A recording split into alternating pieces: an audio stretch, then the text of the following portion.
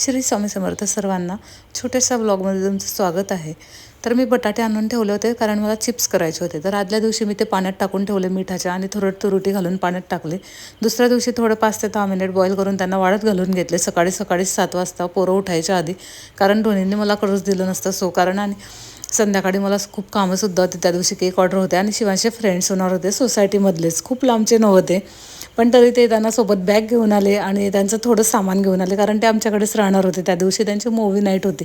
तर जेवणालासुद्धा मी त्यांना आमच्याकडेच बोलवलं, पावभाजी बनवली. रात्री पोरांना मग मी पॉपकॉर्न करून दिले. तरी त्यांना भूक लागलेली होती, सो मी ते खारे शंकरपाळे केले होते, ते दिले त्यांना खायला. तर रात्री पोरांनी 2 ते 2:30 वाजेपर्यंत मूव्ही बघितले, कारण त्यांची मूव्ही नाईट होती. सो त्यांनी 3 मूव्ही त्या दिवशी बघितले. तरी ते झोपायला तयार नव्हते. मी त्यांना जबरदस्तीनंतर झोपवलं 2-2:30 वाजता आणि मग ते झोपले. अदरवाईज त्यांची इच्छा होती की पुन्हा एक मूव्ही बघायचा. सकाळी उठल्या उठल्या त्यांनी ब्रश करून लागले कलरिंग करायला. मी नाश्ता बनवत होते तोपर्यंत. मग सर्वांनी पोह्यांचा नाश्ता केला आणि मग ते त्यांच्या घरी गेले.